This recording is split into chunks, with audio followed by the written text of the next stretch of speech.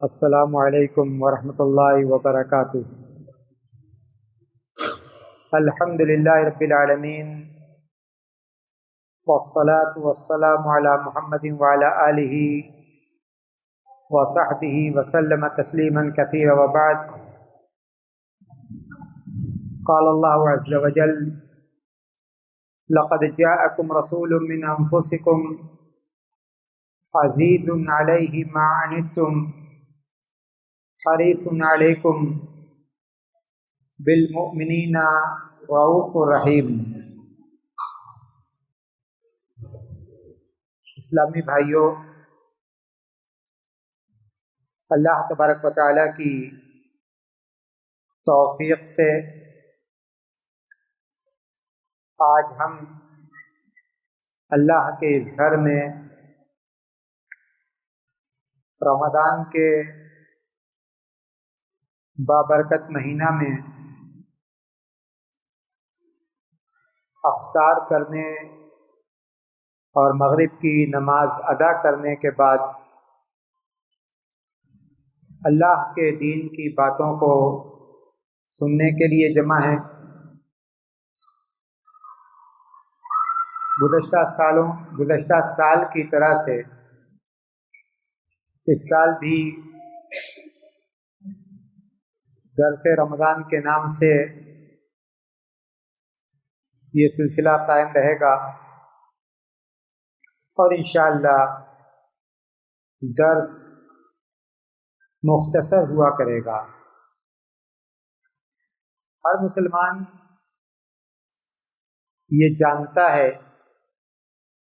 اور اگر نہیں جانتا تو اس کو یہ جاننا چاہیے کہ جب ہم اس دنیا سے جائیں گے اور ہماری قبر کی زندگی شروع ہوگی تو اللہ کا فرشتہ ہمارے پاس آئے گا، ہم سے یہ پوچھے گا کہ تمہارا رب کون ہے، تمہارا دین کیا تھا، اور تم نبی کے بارے میں صلی اللہ علیہ وسلم کیا جانتے ہو؟ تو ہم مسلمان ہیں، ہم اللہ کے نبی اور اس کے رسول جناب محمد رسول اللہ صلی اللہ علیہ وسلم کے امتی ہیں۔ ہمیں آپ سے محبت ہے اور ہمارا یہ دعویٰ ہے کہ ہم آپ کے بتائے ہوئے طریقے پر چلتے ہیں۔ اللہ کے رسول صلی اللہ علیہ وسلم کو اپنے امتیوں سے کتنی محبت تھی، خود اللہ تبارک و تعالیٰ نے قرآن کریم میں اس بات کو بیان کیا: لقد جاءکم رسول من انفسکم عزیز علیہ ما عنتم۔ تمہارے پاس اللہ کے پیغمبر من انفسکم تمہاری ہی جنس سے آئے، یعنی اللہ نے کسی فرشتہ کو پیغمبر نہیں بنایا، بلکہ تم انسانوں کے لیے انسانوں میں سے ہی سب سے برگزیدہ، سب سے منتخب اور سب سے افضل شخص کو پیغمبر بنا کر بھیجا۔ اس پیغمبر کا حال یہ ہے کہ عزیز علیہ ما عنتم، تمہیں جو مشقت لاحق ہوتی ہے، جو پریشانی پہنچتی ہے، وہ تمہاری اس پریشانی کو محسوس کرتا ہے، تمہاری یہ پریشانی اس پر شاق گزرتی ہے۔ حریص علیکم، اور وہ نبی تمہاری ہدایت کے لیے بہت حریص ہیں، بہت چاہتے ہیں کہ تمہیں اللہ کی مرضی اور اس کی جنت کے راستے پر لے آئیں۔ گمراہی سے اور شیطان کی اتباع سے اور شیطان کے راستہ سے تمہیں نکال کر اللہ کے راستہ پر اور اس کی رضا کے راستہ پر تمہیں لے آئیں۔ بالمؤمنین رؤوف الرحیم، مومنوں کے لیے انتہائی شفیق اور مہربان، مومنوں کے لیے انتہائی شفیق اور مہربان۔ اللہ کے رسول صلی اللہ علیہ وسلم مومنوں سے، اپنی امت کے افراد سے بہت محبت رکھتے تھے۔ آپ کی سیرت کا مطالعہ کیا جائے تو اس سے ہمیں اندازہ ہوتا ہے۔ ہم امتیوں کا بھی یہ تقاضا ہے کہ ہم اپنے نبی کی سیرت کو جانیں، اپنے نبی کی سیرت کو پڑھیں، ہم یہ جانیں کہ اللہ کے رسول صلی اللہ علیہ وسلم نے اس دین کو ہم تک پہنچانے کے لیے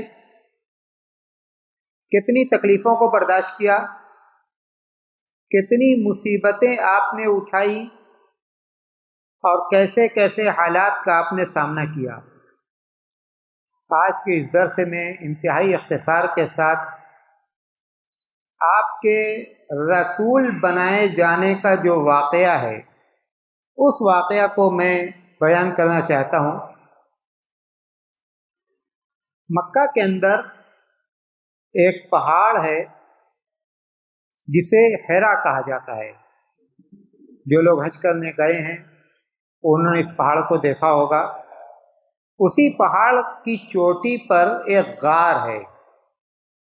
اللہ کے رسول صلی اللہ علیہ وسلم نبی بنائے جانے سے پہلے اس غار میں جاتے تھے رمضان کے مہینہ میں، اور اللہ کی عبادت کیا کرتے تھے۔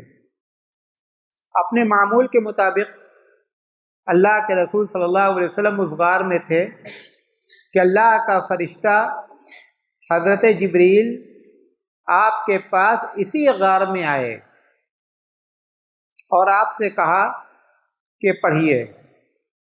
آپ صلی اللہ علیہ وسلم نے کہا کہ میں پڑھا ہوا انسان نہیں ہوں۔ حضرت جبریل نے آپ کو زور سے دبایا، اتنی زور سے کہ آپ کی طبیعت بے قابو ہو گئی۔ دوبارہ کہا کہ پڑھیے۔ اللہ کے رسول صلی اللہ علیہ وسلم نے فرمایا کہ میں پڑھا ہوا انسان نہیں ہوں، اس لیے کہ آپ امی تھے، آپ نے باقاعدہ کوئی تعلیم حاصل نہیں کی تھی۔ حضرت جبریل نے دوبارہ آپ کو دبایا، پھر دبا کر آپ کو چھوڑ دیا، پھر کہا کہ پڑھیے۔ آپ نے کہا کہ میں پڑھا ہوا انسان نہیں ہوں۔ پھر اس کے بعد آپ کو دبایا گیا اور پھر حضرت جبریل نے آپ کو چھوڑا اور کہا کہ اقرأ باسم ربک الذی خلق خلق الانسان من علق اقرأ وربک الاکرم الذی علم بالقلم علم الانسان ما لم یعلم۔ جب آپ 30واں پارہ پڑھیں گے، 30ویں پارہ میں ایک سورہ ہے جس کو سورہ علق کہتے ہیں۔ یہ 5 آیتیں اسی سورہ علق کی ابتدائی آیتیں ہیں۔ آیت نمبر 1، آیت نمبر 2، آیت نمبر 3، آیت نمبر 4 اور آیت نمبر 5۔ یہ 5 آیتیں سب سے پہلے اللہ کے رسول صلی اللہ علیہ وسلم پر نازل ہوئیں۔ انہی آیتوں کے نازل ہونے کے ساتھ اللہ کے رسول صلی اللہ علیہ وسلم کو اللہ کی جانب سے رسالت اور نبوت ملی۔ اب مسلمان ہیں، ہم کو یہ معلوم ہونا چاہیے کہ ہمارے نبی کب رسول بنائے گئے، سب سے پہلے کون سی آیتیں نازل ہوئیں۔ یہ 5 آیتیں سب سے پہلے نازل ہوئیں۔ کہاں نازل ہوئیں؟ غار حرا میں۔ غار حرا میں یہ 5 آیتیں نازل ہوئیں۔ کون سا مہینہ تھا؟ مفسرین کہتے ہیں، محدثین کہتے ہیں اور سیرت نگار کہتے ہیں کہ یہ رمضان کا مہینہ تھا۔ سب سے پہلی وحی جو اللہ کے رسول صلی اللہ علیہ وسلم پر نازل ہوئی رمضان کے مہینے میں نازل ہوئی۔ یہ 5 آیتیں نازل ہوئیں، غار حرا میں نازل ہوئی۔ یہ آیتیں غار حرا میں نازل ہوئیں۔ کہتے ہیں کہ سوموار کا دن تھا، سوموار کا یہ دن تھا، رمضان کا یہ مہینہ تھا، 5 آیتیں نازل ہوئیں۔ اللہ کے رسول صلی اللہ علیہ وسلم پر ڈر اور خوف طاری ہو گیا۔ اللہ کا کلام اللہ کے رسول پر نازل ہوا، اللہ کے رسول صلی اللہ علیہ وسلم ڈر گئے، آپ کانپنے لگے، اور اسی کیفیت کے ساتھ اللہ کے رسول صلی اللہ علیہ وسلم اپنے گھر واپس تشریف لائے۔ اپنی اہلیہ حضرت خدیجہ رضی اللہ تعالی عنہا سے کہا، زملونی زملونی، مجھے چادر اڑا دو۔ انہوں نے آپ کو چادر اڑا دی۔ تھوڑی دیر کے بعد جب آرام ہوا، جب افاقہ ہوا، تو اللہ کے رسول صلی اللہ علیہ وسلم نے وحی کے نازل ہونے کا یہ واقعہ حضرت خدیجہ رضی اللہ تعالی عنہا کو سنایا، اور یہ کہا کہ اس واقعہ کے بعد میں تو ڈر رہا ہوں، معلوم نہیں کہ میں اس ذمہ داری کو، رسالت کی ذمہ داری کو، نبوت کی ذمہ داری کو جو اللہ کی طرف سے مجھے دی گئی ہے، معلوم نہیں کہ میں اس ذمہ داری کو نبھا پاؤں گا کہ نہیں نبھا پاؤں گا۔ حضرت خدیجہ رضی اللہ تعالی عنہ کو دیکھیے، حضرت خدیجہ رضی اللہ تعالی عنہ نے جب یہ بات سنی، فوراً اللہ کے رسول صلی اللہ علیہ وسلم کو تسلی دی، کہا کہ کلا واللہ لا یخزیک اللہ ابدا، ہرگز نہیں، ہرگز نہیں، آپ ڈریے مت، آپ ڈریے مت، اللہ کبھی بھی آپ کی مدد کو نہیں چھوڑے گا۔ کیوں یہ تسلی دی گئی؟ یہ تسلی اس لیے دی گئی، حضرت خدیجہ رضی اللہ تعالی عنہ نے خود بتلایا، انک لتصل الرحم وتصدق الحدیث وتحمل الکل وتقری الضیف وتعین علی نوائب الحق، کہا کہ اس لیے کہ آپ کا کردار و عمل بہت اچھا ہے، آپ تو اچھائی کے کام کرتے ہیں، مہمان نوازی کرتے ہیں، رشتوں کو جوڑتے ہیں، پریشان لوگوں کی مدد کرتے ہیں، پریشان لوگوں کی مدد کرتے ہیں، جو بے یار و مددگار ہیں، جن کا کوئی نہیں، آپ ان کا سہارا بنتے ہیں، آپ مہمان نوازی کرتے ہیں، آپ سچ بولتے ہیں۔ اتنی ساری اچھائیاں، اتنی ساری خوبیاں آپ کے اندر پائی جاتی ہیں، تو جب اتنی ساری خوبیاں آپ کے اندر پائی جاتی ہیں تو اللہ کیسے آپ کی مدد کو چھوڑے گا؟ اندازہ لگائیے اس وقت اللہ کے رسول صلی اللہ علیہ وسلم کو حضرت خدیجہ رضی اللہ تعالی عنہا کی ان باتوں سے کتنی تسلی ہوئی ہوگی، کتنی تسلی آپ کو ہوئی ہوگی۔ اس کے بعد حضرت خدیجہ رضی اللہ تعالی عنہا آپ کو لے کر اپنے چچا زاد بھائی ورقہ بن نوفل کے پاس آئیں۔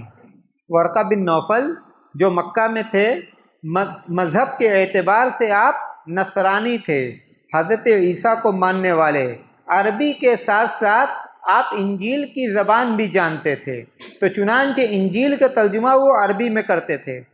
حضرت خدیجہ اپنے چچا زاد بھائی ورقہ کے پاس اللہ کے رسول کو لے آئیں اور کہا کہ اے بھائی، آپ ذرا ان کی باتوں کو سنیے۔ اللہ کے رسول صلی اللہ علیہ وسلم نے وحی نازل ہونے کی یہ بات کہ میرے پاس اس طرح سے فرشتہ آیا، مجھ پر یہ آیتیں نازل ہوئیں، پوری بات ورقہ کو آپ نے سنائی۔ ورقہ نے فوراً تسلی دی۔ ورقہ نے کہا کہ آپ جس شخص کی بات کر رہے ہیں یہ تو وہی فرشتہ ہے جو حضرت موسیٰ کے پاس بھی آیا کرتا تھا، اس لیے کہ یہ نصرانی تھے، اہل کتاب تھے، تورات کا ان کو علم تھا، انجیل کا ان کو علم تھا۔ فوراً کہا کہ یہ تو اسی فرشتے کی آپ بات کر رہے ہیں جو حضرت موسیٰ کے پاس بھی آیا کرتے تھے۔ اس کے بعد یہ کہا کہ کاش کہ میں زندہ ہوتا، کاش کہ میں جوان ہوتا جب آپ کی قوم آپ کو مکہ سے نکال دے گی۔ اللہ کے رسول صلی اللہ علیہ وسلم کو تعجب ہوا کہ میری قوم اور مجھے مکہ سے نکال دے گی، ایسا کیوں ہوگا؟ ورقہ نے کہا کہ اس لیے کہ جب بھی کوئی شخص اللہ کا یہ دین اور توحید کی یہ دعوت لے کر آیا، اس کی مخالفت کی گئی، اس کے ساتھ دشمنی کی گئی، اس کی مخالفت کی گئی، اس کے ساتھ دشمنی کی گئی، تو یہ اس وحی کے نازل ہونے کا واقعہ ہے، اور اللہ کے رسول صلی اللہ علیہ وسلم کو رسول بنائے جانے کا واقعہ ہے۔ پہلی جو وحی نازل ہوئی 5 آیتیں، ان آیتوں پر بھی غور کیجئے کہ ان آیتوں میں اللہ رب العزت کیا فرماتا ہے۔ اللہ نے فرمایا کہ اقرأ بسم ربک الذی خلق، پڑھیے اس رب کے نام سے جس نے پیدا کیا۔ خلق الانسان من علق، انسان کو جمے ہوئے خون سے پیدا کیا۔ اقرأ وربک الاکرم، پڑھیے اور آپ کا رب بڑے مقام والا ہے، بڑے رتبے والا ہے، بڑی عزت والا ہے۔ الذی علم بالقلم، جس نے قلم کے ذریعے سے تعلیم دی۔ علم الانسان ما لم یعلم، اللہ نے انسان کو وہ باتیں سکھلائیں جو وہ نہیں جانتا تھا۔ سب سے پہلی وحی جو اللہ کے رسول صلی اللہ علیہ وسلم پر نازل ہوئی، اس وحی میں کن باتوں کا ذکر ہے؟ غور کیجئے، سب سے پہلی وحی جو اللہ کے رسول صلی اللہ علیہ وسلم پر نازل ہوئی، اس وحی میں کن باتوں کا ذکر ہے؟ نماز کا ذکر ہے، روزہ کا ذکر ہے، حج کا ذکر ہے، زکوٰۃ کا ذکر ہے، ماں باپ کی فرما برداری کا ذکر ہے؟ نہیں۔ ذکر ہے کس کا؟ پڑھنے لکھنے کا ذکر ہے۔ ذکر ہے کس کا؟ پڑھنے لکھنے کا ذکر ہے۔ پڑھتا ہے آدمی زبان سے، لکھتا ہے آدمی قلم سے۔ پڑھتا ہے زبان سے، لکھتا ہے قلم سے۔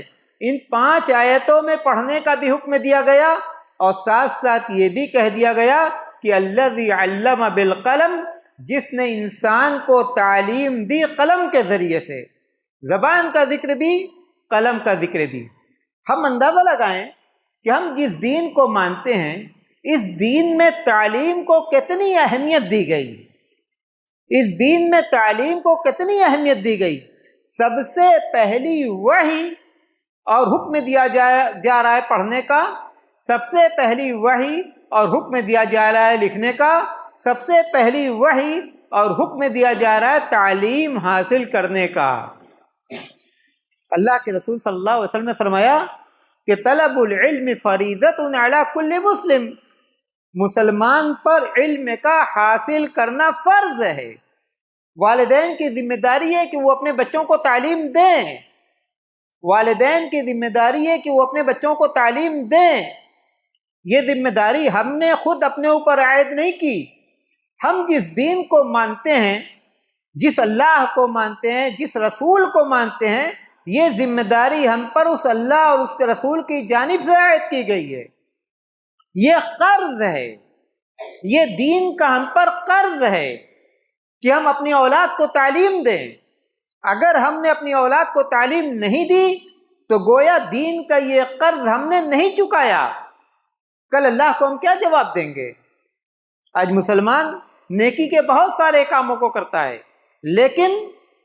لیکن اولاد کے تعلق سے جو فریضہ اللہ نے اس پر عائد کیا، ہم اس فریضے کو کتنی اہمیت دیتے ہیں، اور اس فریضے کے سلسلے میں ہم اس فریضے کی ادائیگی کا ہم کتنا اہتمام کرتے ہیں، ہمیں اپنے آپ سے پوچھنا چاہیے۔ تعلیم کی آج کی دنیا میں جو اہمیت ہے وہ تو اپنی جگہ پر ہے، لیکن یہ شرعی اہمیت ہے جو ہم پر عائد کی گئی ہے۔ انشاءاللہ آنے والا جو درس ہے اس میں بھی سیرت طیبہ کا ایک دوسرا واقعہ ذکر کیا جائے گا، اور جو ہمارا معاشرہ ہے اس معاشرے سے اور اس معاشرہ کے مسائل سے ہم اس واقعہ کو انشاءاللہ جوڑیں گے۔ اللہ تبارک و تعالی ہمیں ہمارے دلوں میں اپنے رسول صلی اللہ علیہ وسلم کی سچی محبت پیدا کر دے۔ اللہ کے رسول صلی اللہ علیہ وسلم کا جو طریقہ ہے اس طریقے پر ہمیں چلنے کی توفیق عطا کرے۔ آمین۔ وآخر الدعوانا الحمدللہ رب العالمین۔ والسلام علیکم۔